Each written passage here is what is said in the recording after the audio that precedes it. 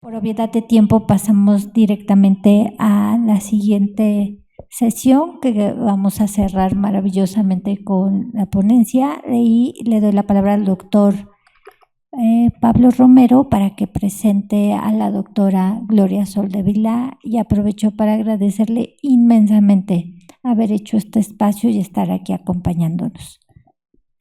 Muy bien, pues muchísimas gracias. Les voy a presentar a nuestra siguiente ponente, a quien de nuevo le agradecemos porque tiene una agenda súper ocupada, en particular estos días que todo el mundo está celebrando a las T reguladoras y ella como experta de las T reguladoras está hablando de ellas en todos lados. La doctora Gloria Soldevila Melgarejo es originaria de Barcelona, de Cataluña, es licenciada en Biología, con doctorado en Medicina y Cirugía por la Universidad Autónoma de Barcelona, tiene 2 estancias postdoctorales en Yale con el doctor Richard Flavel y en Harvard con la doctora Leslie Berg. Desde 1999 es investigadora titular en el Instituto de Investigaciones Biomédicas de la UNAM. A partir del 2016 ha sido fundadora y trabaja con el Laboratorio Nacional de Citometría. Pertenece al Sistema Nacional de Investigadores e Investigadoras en el nivel 3 y ha recibido el Premio Nacional de Investigación en 2011, así como múltiples otros premios. Tiene muchas publicaciones en revistas indexadas y ha sido directora de múltiples trabajos de titulación a nivel licenciatura, maestría y doctorado. A partir de 2024 ha trabajado con un emprendimiento llamado IncelTX que se dedica a la terapia celular para prevenir el rechazo de trasplantes. Muchísimas gracias, doctora. Muchísimas gracias por recibirme. Me hace mucha ilusión volver aquí a la academia después de que nos hicimos famosos los tirrecólogos. Bueno, pues mucho gusto también de escuchar a los jóvenes y ver que sí también les va a gustar esto del campo que está abriendo ahora a raíz un poquito del premio Nobel. Creo que a veces pasan estas cosas que hay trabajos que están hechos durante mucho tiempo, pero tiene que pasar algún evento para que salgan a la luz. Bueno, yo hoy sí voy a hablar de algo que no he hablado nunca, yo creo, en este foro y en otros foros, que son trabajos que están todavía en proceso, pero pensé que era una oportunidad, ya que ha dado varias pláticas del uso de T reguladoras en terapias, como en el caso del trasplante, dar un poquito de visión de otras cosas que hacemos en el laboratorio que tienen que ver un poquito con esta idea de ir hacia una medicina personalizada. Algunas de ellas tienen que ver con T reguladoras, otras no tanto, pero todo es un poquito enfocándose a cómo a partir del conocimiento de las T-Rex podemos pues, dirigirnos a tener mejores terapias. Esto ya lo hemos visto 1000 veces, ya en estas sesiones y en otras. Evidentemente, el reconocimiento de nuestros queridos Fred Ramsell, Mary Brunkoff y Simon Sakaguchi por el premio Nobel el año pasado, pues ha abierto ahora un gran interés por parte de muchos investigadores a conocer más de estas células. Y hemos visto también, incluso en las pláticas estas recientes de los chicos, que sabemos que ya las T reguladoras son células muy importantes, que hay diferentes tipos de células T reguladoras. Incluso cuando decimos tímicas versus inducidas, no hay un solo tipo de células T reguladoras, ni tímicas ni inducidas, porque dependiendo de la historia, de la ontogenia, los diferentes tipos de células T reguladoras salen con una función mejor o peor o un perfil epigenético distinto, y esto va a hacer que les condicione un poquito el resto de su vida ya cuando tengan que hacer sus funciones. Pero solamente para mencionar de nuevo la parte de la tolerancia hacia los antígenos propios, principalmente ejecutada por las células tímicas que se seleccionan bajo condiciones de alta avidez para reconocer antígenos propios, básicamente, con lo cual el trabajo de Sakaguchi nos demostró que si timectomizamos un ratón después de 3 días de nacido, en el cual no tenemos este número de T reguladoras tímicas, pues tenemos autoinmunidad, pero afortunadamente tenemos otros tipos de T-Rex que se generan en periferia y que van a mediar parte de la tolerancia periférica. Y en este contexto hay muchos lugares donde se generan, pero como también dijeron los estudiantes que participaron en estas últimas sesiones, el intestino, las mucosas son lugares muy propicios para que las células que son vírgenes, en unas condiciones especiales, se vuelvan T reguladoras. Y además de las T reguladoras FOXP3, tenemos T reguladoras de otro tipo, productoras de TGF-beta, productoras de IL-10, que no expresan FOXP3. Entonces, en conjunto, Todas estas T reguladoras, y ya lo he mostrado esta diapo varias veces, están mediando toda la respuesta inmune, tanto durante inflamación como en la homeostasis. ¿Qué pasa normalmente cuando tenemos muchas T reguladoras? Este es el caso que voy a hablar hoy, que es el caso donde hay una falta de respuesta efectora, especialmente en cánceres son muy importantes, pero también en el combate hacia infecciones. Y al revés, en otros casos que ya han hablado esta mañana, me parece, de la parte de autoinmunidad, las T reguladoras son muy importantes y, por tanto, si no están suficientemente representadas o tienen alteraciones, los individuos tienen inflamación, sea autoinmunidad o otro tipo de inflamación. Y en el caso nuestro, del trabajo que hemos hecho en nuestro laboratorio, nos importa mucho el balance de Tregs y efectoras en el contexto de un haloinjerto. Bueno, entonces lo que voy a hablar hoy un poquito más, que no he hablado tantas veces en otras sesiones, es cuál es el papel de las T reguladoras en un contexto de enfermedad como es el cáncer. Sabemos, voy a hablar en principio, aunque en mi laboratorio hemos trabajado con cáncer de colon y cáncer de mama, voy a enfocarme ahora por un trabajo que se ha hecho en el laboratorio sobre cáncer de mama. Creo que todos sabemos hoy en día que el cáncer de mama es el cáncer más prevalente en el mundo, básicamente, especialmente en mujeres. No solamente el prevalencia, sino que el problema es que la incidencia va acompañada de una alta mortalidad. Esta alta mortalidad viene condicionada por muchos aspectos. Vamos a ver hoy un aspecto importante que es la obesidad, pero algo que es muy preocupante es que esta mortalidad va creciendo, en México especialmente, y ahora sabemos también que hay en México los médicos están especialmente preocupados por el hecho de que se están manifestando tipos de cánceres mucho más agresivos, como es el triple negativo, y no solamente en gente mayor, sino en gente muy joven. Entonces, esto creo que amerita mucho el continuar trabajando en este cáncer que es tan prevalente en nuestra sociedad. Como aquí varios médicos seguramente saben mucho más que yo sobre la parte epidemiológica y la parte del mecanismo de cómo surge el cáncer de mama, pero sabemos que entre los diferentes cánceres de mama hay una manera de distinguirlos a nivel de células, a nivel de su perfil molecular.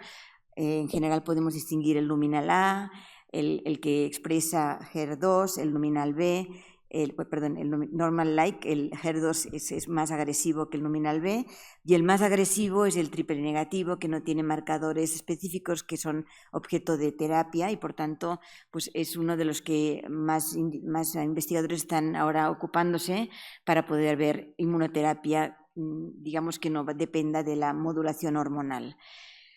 Uno de los aspectos más importantes en el cáncer, no solamente en cáncer de mama, sino en general, es que finalmente los pacientes no mueren por cáncer primario, sino por la metástasis. Entonces, uno de los objetivos de grupos de investigación como el mío y muchos otros están dirigidos a entender un poquito más cómo se da este proceso de metástasis y si podemos detectarlo y prevenirlo a tiempo. Aquí hay un esquemita de una review de BISER del 2023, donde podemos ver que inicialmente tenemos la formación del tumor. Cuando hay formación del tumor, inicialmente el tumor puede ser parcialmente inmunogénico, lo que hace que la respuesta inmune pueda visualizarlo, y tenemos algunos linfocitos que infiltran el tumor. Algunos son capaces, dependiendo de la respuesta inmune, de combatir una parte del inicio del tumor, pero en gran parte de los tumores hay un proceso de progresión que depende también de que se reclutan células que suprimen las células que son las que van a combatir el tumor, y hay, como aquí pone también, fenómenos que agotan al sistema inmune, las vuelven exhaustas las células, y por tanto el tumor empieza a ganar la batalla. Pero la progresión tumoral, que tiene que ver mucho con el microambiente tumoral dentro del tumor, llega a un punto donde ya se vuelve invasivo, y esta función invasiva no solo depende del entorno del tumor, sino de que se genera un ambiente proangiogénico dentro del tumor, y ahora nosotros sabemos que parte de esta angiogénesis está motivada por algunos fenómenos que ocurren, como sería la hipoxia, que se da en un tumor que está creciendo, y sabemos también que todo el ambiente hipóxico condiciona el ambiente inmunosupresor. Entonces, cuando un tumor empieza a crecer, ya no vemos el tumor infiltrado por células que son antitumorales, sino más bien protumorales, macrófagos que se diferencian a M2, a células mieloides supresoras, células T reguladoras, etc., y también un ambiente que promueve esta generación de nuevos vasos. Y esta metástasis, como está aquí descrito, se tienen que formar vasos para que puedan realmente migrar el tumor o las células iniciadoras de tumor a distancia. Y nosotros lo que queremos intentar ver es cómo se puede formar este nicho premetastásico, cómo diferentes moléculas y, lo voy a hablar más en detalle, mediadores de la metástasis, como sabemos ahora que son las vesículas extracelulares de los tumores, cómo pueden apoyar a esta migración, a esta formación de un nicho premetastásico que va a permitir la colonización de otros lugares. Dentro de la formación de nichos premetastásicos hay factores solubles que se producen a través del tumor primario, pero lo que más nos ha interesado en nuestro grupo es esto que se llaman vesículas extracelulares. Estas vesículas producidas por las células cancerosas que llevan una gran cantidad de información que va a permitir llegar a nichos específicos, no llegan a cualquier lugar, llegan a un nicho muy dirigido y ahora veremos cómo llegan y por qué llegan a un lugar y no a otro. Y esto está coadyuvado con muchos otros factores proangiogénicos y prometastásicos, ¿no? Como VEGF, TGF-beta, EGF, FGF, etc. Además, hay células mieloides supresoras que pueden provenir a partir de progenitores de médula ósea y también llegar al nicho donde se va a crear el espacio perfecto para que el nuevo tumor crezca. Entonces, esto es la hipótesis un poco del suelo fértil, el tener este microambiente que hace que la célula tumoral que viene del tumor primario va a encontrar el camino adecuado y va a poder establecerse y empezar a crecer. Entonces, entender este mecanismo se pueden imaginar que es un gran reto, pero también es una gran oportunidad para futuros tratamientos, ¿no? Entonces, solamente un resumen muy cortito de lo que son las vesículas extracelulares. Son, como dice el nombre, vesículas, y las vesículas pueden ser de diferentes tipos dependiendo del tamaño, del origen de la célula y del tipo de biogénesis. Las vesículas que nosotros hemos trabajado, que antes se denominaban exosomas, pero ahora las denominamos porque es más complicado de lo que pensamos, el gran tipo, un montón diferente de vesículas que tenemos. Lo que sí sabemos es que las vesículas que nos han interesado son estas que vienen de cuerpos multivesiculados. Y estas vesículas sabemos que tienen un contenido que va a depender también del tipo de célula de la que provienen, pero que tienen algunas moléculas que son características, como por ejemplo la expresión de estas moléculas que son con 7 dominios transmembranales que se llaman tetraspaninas, son muy características y hay varias tetraspaninas, hay CD61, CD83, hay diferentes moléculas que se utilizan para identificar vesículas en circulación. Y estas vesículas además están muy enriquecidas, tienen proteínas, pero una de las características que más las ha definido es que contienen microRNAs. Estas microRNAs son moléculas que codifican para más que codifican, regulan diferentes genes diana. Y cuando se transfieren pueden ser incorporados en células receptoras y modificarse todo el perfil transcripcional en la producción de diferentes moléculas en la célula receptora.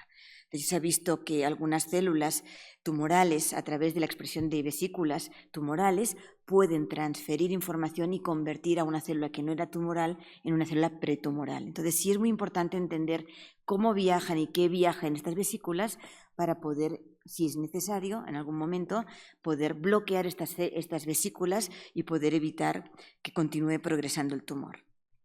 Entonces, como decíamos, son vesículas que son canales de comunicación intercelular y que van a cambiar dependiendo del origen de la célula y del tipo de biogénesis. En el caso de vesículas asociadas en cáncer, ¿cuáles son las moléculas que ya se ha visto que son importantes a nivel, digamos, biológico para promover el cáncer? Algunas de las moléculas que ya hablaban anteriormente integrinas, selectinas y metaloproteasas. Las selectinas y las integrinas son moléculas de adhesión y lo que hacen es ayudar a que las células se adhieran a una superficie o a otras células. Entonces, sí tienen, digamos, un perfil de direccionamiento que va a depender de la molécula con la cual interaccionan. Una integrina, para que pueda adherirse, requiere en la célula target de conseguir un ligando que es receptor de la integrina. Son moléculas de adhesión que están en la célula receptora. Las metaloproteasas, como dice el nombre, son enzinasas que permiten cortar y abrirse espacio en la matriz extracelular, y esto es muy importante para la invasividad de los tumores. Pero hay otros factores, como factores de crecimiento, que se han ya identificado en estas vesículas asociadas al cáncer, como decía, factores TGF-beta, que son factores que van a inmunosuprimir, pero también crecimiento epitelial y crecimiento de fibroblastos, y muy importantemente ya se ha identificado el factor de crecimiento vascular, que como decía es muy importante poder crear nuevos vasos para que se empiecen a crear los caminos para que las células lleguen a un nuevo lugar. Y a nivel de ácidos nucleicos hay diferentes tipos de microRNAs, de RNA mensajeros, que van a poder codificar para proteínas o también van a poder modificar la expresión de otros genes. Un artículo que fue fundamental para poner en evidencia la importancia de las integrinas en el proceso de metástasis fue este paper de Oshino en el Cell en 2020, que en este artículo lo que demostró Oshino fue que los tumores producen estos exosomas, que son vesículas extracelulares, con un repertorio de moléculas en superficie que difiere de un tumor a otro. ¿Por qué cuando pensamos en que algún tumor pancreático hace metástasis en un órgano diana y no en otro? ¿Cuál es la razón por qué el tumor del mama va, por ejemplo, a pulmón y no va a otros lugares? Entender esto es muy, muy importante para poder entonces visualizar cómo podemos prevenir esta metástasis. Lo que él vio a través de hacer un perfil proteómico muy preciso con diferentes tipos de tumores, él demostró que dependiendo del tumor se expresaban diferentes integrinas. Cuando habían integrinas que dirigían al tumor por ejemplo, hacia el hígado, y otros que dirigían hacia el ganglio. Y esto fue muy importante porque esto propuso la capacidad de bloquear integrinas específicas para bloquear el tumor. Si tenemos cuáles son los marcadores que nos dicen que un tumor vaya a un lugar o a otro y bloqueamos estas integrinas, pudieran ser tratamientos a futuro. Esto era como una evidencia muy importante de que las integrinas en los exosomas son importantes para prevenir. Entonces, quería poner esta imagen porque ya que todos han hablado un poquito del pasado, quería no dejar de mencionar que yo no era una creyente en los exosomas hasta que Eduardo García me convenció de que había que estudiar exosomas y él estaba empecinado en que los exosomas y yo, no quiero exosomas, sí, vamos a por los exosomas. Entonces escribimos un proyecto en el 2015 que se llamó Papel de adiposomas y exosomas tumorales en la regulación del proceso inflamatorio asociado al cáncer de mama en obesidad. ¿Por qué? Porque ya sabemos que inflamación, y se ha visto en varios tumores, inflamación va muy asociado al cáncer, aunque pensemos que no. La inflamación puede ser positiva, puede ser negativa. Y la inflamación inicial contra el tumor puede ser buena, pero cuando esta inflamación se vuelva a favor del tumor y crea angiogénesis y crea inmunosupresión, hay citocinas que pueden revertir y macrófagos que pueden ser perjudiciales. Y más en el contexto de cáncer asociado a obesidad, porque la obesidad sabemos que es también un proceso inflamatorio que se perpetúa y que ayuda mucho, sabemos, al cáncer. Y ahora vamos a ver por qué. Pero este proyecto empezó, y lo pongo esta imagen porque nos costó mucho dinero comprar nuestro primero nanosite, que está viejito, pero allí funciona, con el primer dinero. Y aquí está Cintia, que fue una de sus primeras estudiantes, que ahora es investigadora por México, está en mi laboratorio, y parte de los datos que voy a presentar son datos exclusivamente de ella con su estudiante de maestría. Bueno, entonces, una vez tuvimos este proyecto de Fronteras de la Ciencia, el próximo proyecto que tuvimos que nos ayudó a continuar con esta investigación fue un proyecto del PRONAI de inmunoterapia, PRONACE de salud, que permitió pues, continuar caracterizando fenotípicamente y funcionalmente exosomas tumorales, pero aquí poníamos una palabra nueva que era por nanocitometría de flujo. O sea, no solamente purificábamos los exosomas y veíamos qué podían hacer en diferentes tipos de células del sistema inmune, sino el reto aquí, que es un reto que todavía lo tenemos porque tenemos ahora un proyecto aprobado por CECITI para los próximos 3 años para continuar con este proyecto, es utilizar la citometría de flujo, en este caso le llamamos nanocitometría de flujo porque es una citometría adaptada a la visualización de partículas muy pequeñas, de 50 nanómetros a 200 nanómetros. Esto fue un proyecto que duró unos 2 años. Desgraciadamente, así pasan las cosas, no tuvimos la continuidad que hubiéramos querido por parte de PRONACE, pero tuvimos datos importantes que están en proceso ahora de publicación, también por el grupo del doctor Ortega, donde se han identificado un perfil específico de microRNAs en tumores, en vesículas de cultivos 3D de cáncer de colon y de cáncer de mama. Esto esperemos que a futuro podamos ya presentar los datos que vamos a publicar. Y esto es el grupo que estábamos al principio, estaba Roxana, estaba el doctor... nuestro postdoc con el doctor Enrique Ortega, Sebastián, a la doctora Cintia y un estudiante de Cintia. Fuimos incrementando el número de gente en este proyecto que ha ido cambiando, pero ahora básicamente este era el diseño. Nosotros queremos, a partir de una paciente de cáncer de mama, queremos poder aislar de plasma o de suero sus exosomas circulantes, caracterizarlos a nivel tanto molecular, a nivel de microRNAs como a nivel de moléculas de superficie, para determinar qué marcadores pudieran ser target o diana para un futuro tratamiento. Y aquí está Cintia, justo saliendo de la pandemia con la mascarilla. Y una de las cosas que encontramos como gran dificultad, como cuando uno empieza a hacer algo nuevo, siempre te das cuenta de que no es tan fácil como uno pensaba, porque trabajar con exosomas o vesículas extracelulares, seguramente Lulu también sabe un poquito de esto, es un gran problema porque se confunden con un montón de partículas que tienen algunas el mismo tamaño y densidad. Entonces, lo primero es elegir un buen método de purificación. Después de probar muchos métodos en el laboratorio, nos quedamos con el proceso de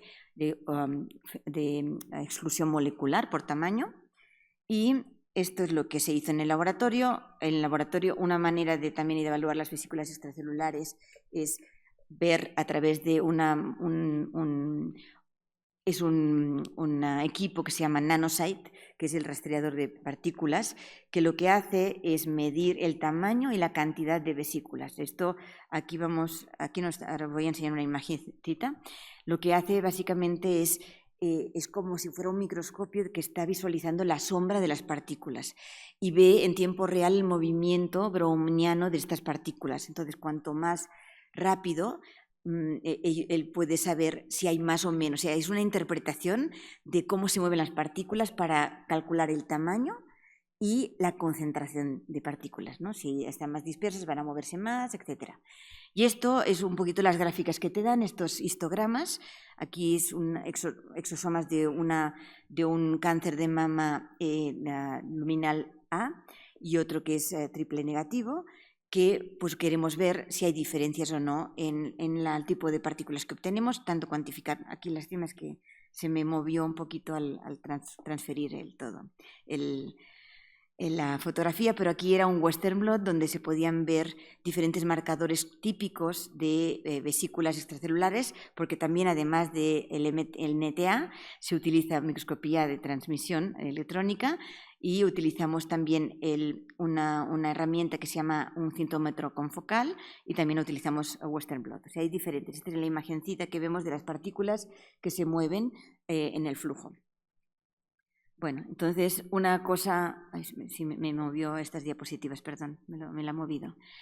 Nosotros lo que queremos hacer en nuestro laboratorio es detectarlas por nanocitometría de flujo y tenemos ahora ya varios equipos que permiten no solo caracterizar las partículas, como separarlas por sorter.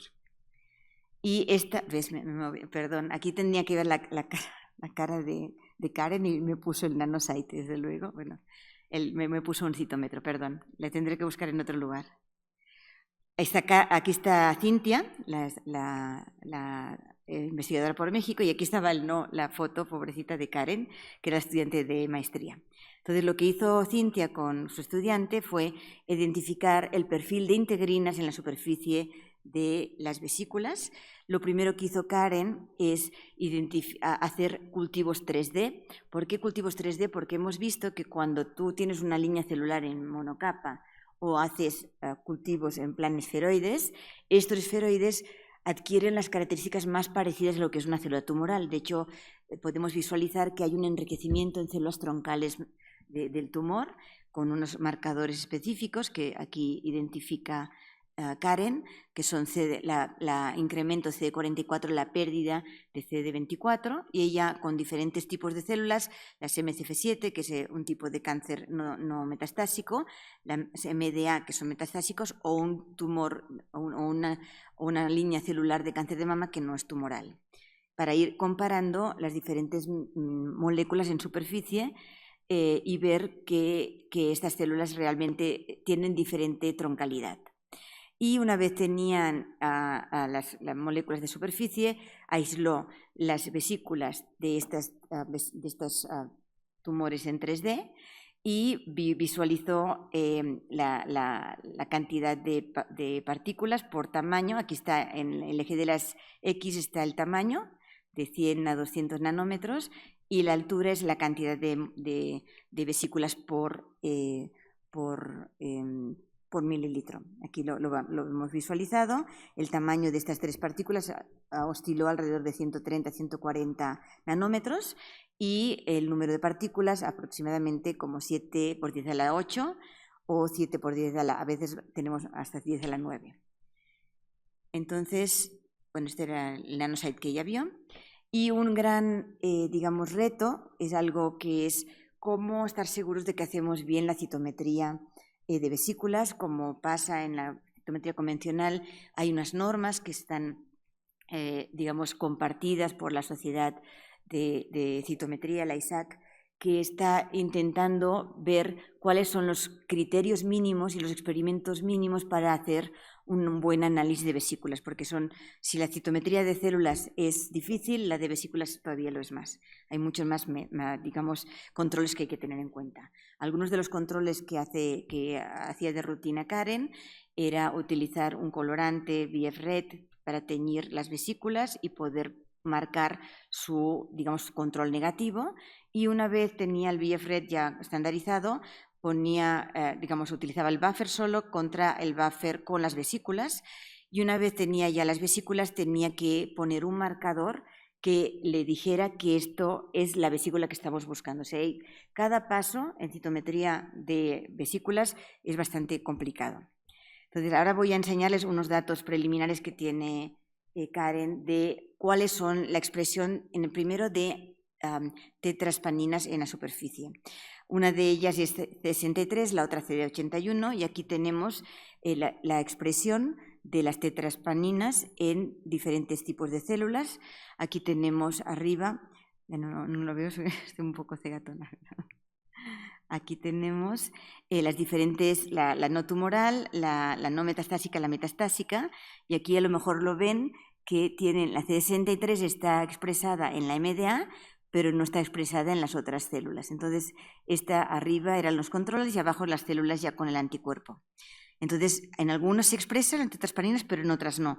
Esto es importante porque siempre cuando escuchamos hablar de vesículas, y especialmente la gente que hablaba más de exosomas, dice, no, todos los exosomas o las vesículas extracelulares de tumor expresan las tetraspaninas. Pues no, depende del tumor.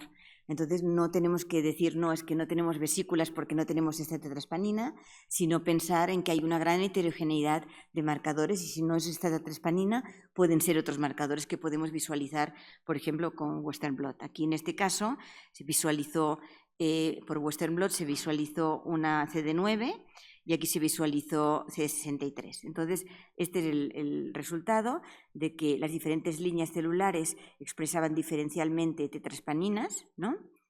En porcentaje de eventos. Y cuando fuimos lo siento que me ha revuelto las imágenes, esto por haberlo copiado. Cuando vemos la expresión de integrinas, ahora sí, arriba eran los controles y abajo eran ya teñidos, y si vemos aquí, después les enseñaré el resumen, las diferentes vesículas expresan diferente nivel de integrina. Por ejemplo, beta 1, esta beta 1 se ha asociado especialmente en MDAs, y se ha visto que en células MDA knockout disminuye el tamaño de los tumores a las que expresan estas integrinas. Y hay diferentes, hay reportes de que la expresión diferencial de una integrina o la otra da mayor potencial de metástasis dependiendo de la expresión o no de estas integrinas. Entonces, es muy interesante que si esto se ha reportado en los tumores, nosotros podamos identificar estas integrinas en las vesículas de estos tumores, ¿no? Como indicando de que van a ser moléculas importantes para la transferencia del tumor primario hacia el tumor secundario.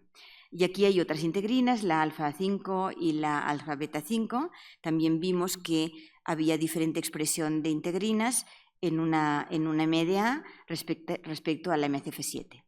En este caso, esta alfa-5 beta-7 parece que es importante para metástasis hacia órganos como el hígado, el cerebro y el pulmón. Y esta es otra integrina más, la alfa-3, que beta-1, que está implicada en la progresión y que promueve más la migración hacia pulmones y hueso. Entonces, esto es muy preliminar, evidentemente es algo que ha realizado Karen en su maestría, pero nos da ya indicios de que en tumores, cuando generamos tumores 3D a partir de monocapas, podemos identificar, dependiendo del tipo molecular del tumor de cáncer de mama, diferentes integrinas que pudieran imitar lo que estamos diciendo, que diferentes tipos de cáncer, y es el mismo cáncer de mama, o sea, estamos viendo diferentes tipos de cáncer de mama que tienen diferentes tipos de integrina, ¿no? Y aquí, perdón, que también está mezclada la imagen, pero las conclusiones que pudo obtener Karen es que a través de la citometría de flujo hemos identificado perfiles diferenciados de integrinas que van a depender del tipo de cáncer de mama, y que estas, además, no son solamente vinculados al tipo de cáncer, sino al subtipo molecular dentro del mismo cáncer de mama.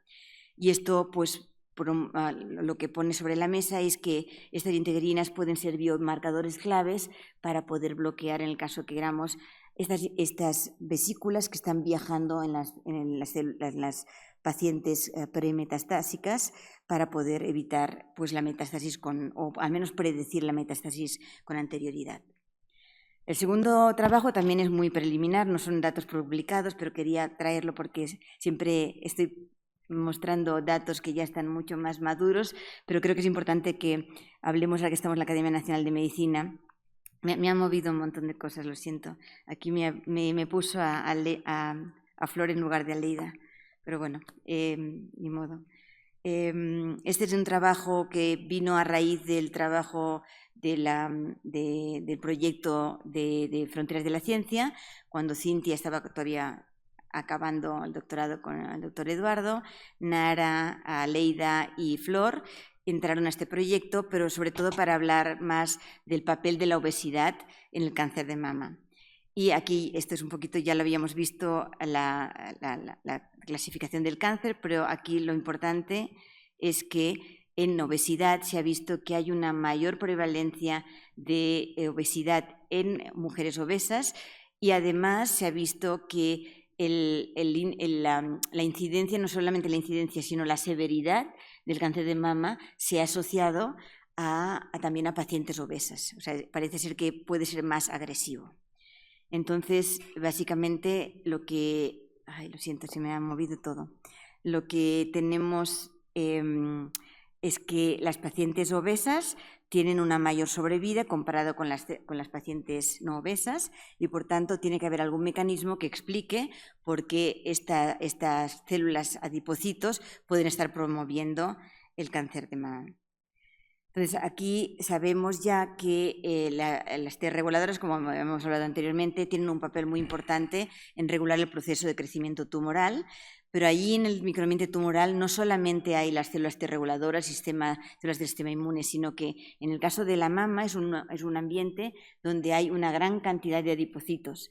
Y nuestra premisa es que si vemos que las pacientes obesas les va peor, tienen un cáncer más agresivo, crece más, que el tejido adiposo asociado al cáncer de mama en las pacientes con cáncer de mama va a tener algo que ver en este crecimiento. No va a ser solamente que están obesas y les va peor, sino que es posible que el tejido adiposo que está adyacente al cáncer de mama pueda comunicarse con las células del cáncer de mama y promover su crecimiento. Entonces, una de las cosas importantes de considerar es que hay diferencias muy características entre un tejido adiposo normal y un tejido adiposo, digamos, de una paciente obesa, en la cantidad de tanto células infiltrantes proinflamatorias como la producción de mediadores proinflamatorios, por ejemplo, leptina en lugar de adiponectina o más resistina o más insulina o más estrógeno, todo esto va a hacer un impacto diferente en la célula tumoral que si fuera un tejido, digamos funcional, un tejido adiposo funcional, que normalmente tiene un papel muy importante también en la regulación. Entonces, pues evidentemente lo que quiso estudiar Nara, esto salió súper mal. Es que, bueno, no importa. Ella quiso estudiar el papel de las células T reguladoras en regular el ambiente tumoral alrededor de, digamos, cómo las T reguladoras tienen un papel importante ya dentro del cáncer de mama. Pues hemos visto, por ejemplo, en la generación en su comunicación con células asociadas a cáncer, con las células mieloides, en la parte de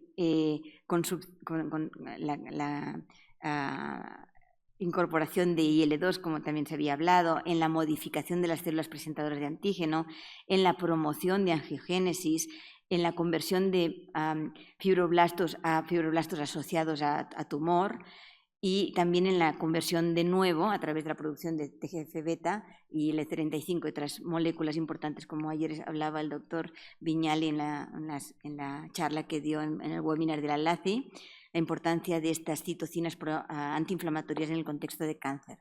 Entonces, aquí había una diapositiva que no se ve bien, donde como antecedente se veía que cuando comparaban el infiltrado o la presencia de T-Rex en pacientes con cáncer de triple negativo, digamos con receptor de estrógenos positivo o HER positivo, aquel que es más agresivo se correlacionaba con una mayor proporción de T-Rex. Entonces, sí hay evidencia indirecta de que las T-Rex están, que se fue por libre en la presentación. Esto se fue. No sé cómo arreglarlo, pero bueno, me van a tener que creer.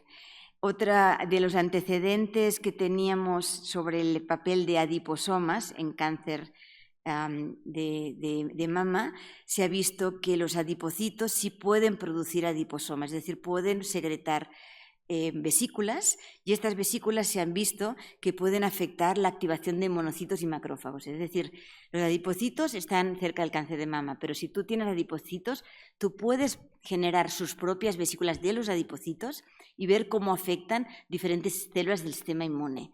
Y en este paper en específico tomaban adipocitos que estaban asociados a cáncer de mama y veían que estos adipocitos asociados a cáncer de mama podían activar o a inducir un sistema de activación de los macrófagos y los monocitos. No, se me ha girado todo, ¿eh? No sé qué ha pasado con la presentación, lo siento. No sé cómo hacerlo porque me ha regirado todo. Lo que hizo Nara, que es la estudiante de doctorado que tengo ahora, lo hizo durante su tesis de maestría, fue intentar ver si estos adiposomas, los vesículas de los adipocitos, podían hacer un impacto en las células T reguladoras. Si nosotros tenemos una paciente con obesidad y asumimos que los adipocitos pueden producir adiposomas, ¿qué tan podría ser que los adiposomas por sí mismos puedan afectar a las Tregs que finalmente van a afectar el crecimiento del tumor. Entonces, lo que hizo Nara es un trabajo muy complicado porque de las pacientes que tenían cáncer de mama, tanto con obesidad o sin obesidad, nos dieron un poquito de tejido adiposo y de este tejido adiposo lo que hizo Nara es producir los adiposomas. Y estos adiposomas, lo que hizo, menos mal que esta salió, lo que hacía era, de la misma paciente, tomaba el tejido adiposo asociado al cáncer de mama y la sangre periférica de la misma paciente. Entonces, por una parte del tejido adiposo generaba adipocitos y de los adipocitos generaba adiposomas. Y estos adiposomas los recuperaba, los cuantificaba, los evaluaba por microscopía de transmisión, Western blot y por rastreo de partículas, y al mismo tiempo obtenía del paciente de cáncer de mama células naïf o células reguladoras. Y estas células naïf o las reguladoras si eran naïf las convertía a Tregs y si eran reguladoras las expandía. Y una vez tenía estas células hacía además ensayos de supresión en presencia o ausencia de adiposomas. O sea, era realmente complicado. De hecho, fue un trabajo que falta todavía completar porque desgraciadamente no tuvimos tantas pacientes, pero solo para que vean cuál es la idea detrás de este trabajo. Es decir, sabemos que las Tregs afectan al crecimiento tumoral, ya lo hemos visto y se ha demostrado, pero lo que no se ha visto es si las Tregs en un ambiente de obesidad se pueden convertir más o se pueden hacer más supresoras. Sí, o sea, no tenemos solamente el tumor, tenemos el tumor que ya hace de las suyas directamente con las células reguladoras, pero tenemos un tercer elemento que es el tejido adiposo, ¿vale? Ay, madre mía, no me lo quiere poner, pero bueno, me va a poner el resumen. Entonces, lo que hizo Nara fue experimentos de conversión, donde pone células vírgenes en presencia de TGF-beta, de IL-2 y de anticuerpos anti-CD328 para que se expandan. Y estas células, en este contexto antiinflamatorio, se vuelven Tregs, se vuelven CD25 positivas, FOXP3. Esto en el caso de inducción. Y lo que ella vio fue el porcentaje de células que se inducían. Aquí no están los resultados porque se me comió la gráfica. Pero después lo que vio, además de inducción, fue cuál era el fenotipo de estas células que se inducían. Si expresaban moléculas que se han visto que son muy importantes para el fenotipo supresor, como CCR8, que es es un receptor de quimiocinas que está expresado en células Tregs dentro del tumor de cáncer de mama, se publicó ya hace bastantes años, y se ve que sí puede ser que los adiposomas de tumores asociados a pacientes con cáncer de mama obesas pudieran incrementar esta expresión de CCR8. Y hay otros receptores que es al revés, hay algunos receptores que parecen que quizás serían disminuidos en cuanto a immunofluorescence en los exosomas de pacientes que provienen de adipocitos que vienen de una paciente obesa. Entonces, un poquito este era el trabajo que hizo, no se puede ver aquí, pero bueno, lo que vio fue también la proporción de C25, la expresión de C25 y la expresión de FOXP3. Perdón que no se ve bien en la imagen, pero aquí tampoco se ve. El resumen también analizó el ensayo de supresión. Lo que hizo fue una metodología que está al revés puesta, donde pone células, para hacer un ensayo de supresión lo que hace normalmente es tener linfocitos respondedores y las estimula a las células para que proliferen. Cada vez que proliferan, en esta gráfica, se mueven hacia la izquierda porque diluyen su marca. Y lo que hacemos cuando queremos hacer un ensayo de supresión es que estas células que responden las ponemos en cocultivo con diferentes concentraciones de células T reguladoras. Y viendo la cantidad de células que dejan de proliferar, se puede calcular un índice de supresión que nos va a decir es una medida indirecta de qué tan supresoras son nuestras células. Estas células respondedoras se tiñen con un colorante fluorescente en un color y las células T reguladoras con otro color. Y así podemos nosotros identificar la cantidad de células que están dividiéndose, tanto si son CD4 o CD8. Y esto lo que hizo Nara es ver la diferencia en la supresión cuando tenía adiposomas o no adiposomas en adipocitos de pacientes obesas o no obesas, y vio algunas ligeras diferencias entre los adiposomas en cuanto a su función supresora. Básicamente, el resumen es que los adiposomas pueden ser internalizados. Ya no les mostré esta imagen, la tenía pero no apareció. Por confocal, con el AMNIS, que es un citómetro confocal, pudimos ver que las adiposomas pueden ser internalizadas tanto en células vírgenes como en células T reguladoras, o sea, pueden entrar las adiposomas provenientes de estos adipocitos asociados a cáncer de mama. Y lo que vimos también es que, de manera contraria a nuestra hipótesis, nosotros pensábamos que los adipocitos de pacientes con obesidad iban a promover más T-rex, pero parece ser que no. En este caso no vimos un incremento en la inducción, pero sí vimos que las células que expandíamos, que eran tímicas y que expandíamos, podían tener ciertos marcadores más típicos de células supresoras. Entonces es un proyecto que todavía está en proceso, pero bueno, nos da una idea de que es importante no solamente ver a las T-rex y ver a las células tumorales, sino también otras células del contexto tumoral, en el caso de cáncer de mama, pueden tener mucha relevancia a la hora de modular el sistema inmune y específicamente las células T reguladoras. Entonces, esto deja como abierto que las vesículas extracelulares del tejido adiposo de pacientes con cáncer de mama pueden tener efectos inmunomoduladores tanto en la conversión de células inducidas a partir de NAIF como en la expansión de linfocitos T reguladores que pueden estar en el contexto del tumor, y que estas vesículas extracelulares de pacientes con obesidad y cáncer de mama pudieran modular tanto la función como la expresión de marcadores en los linfocitos T reguladores.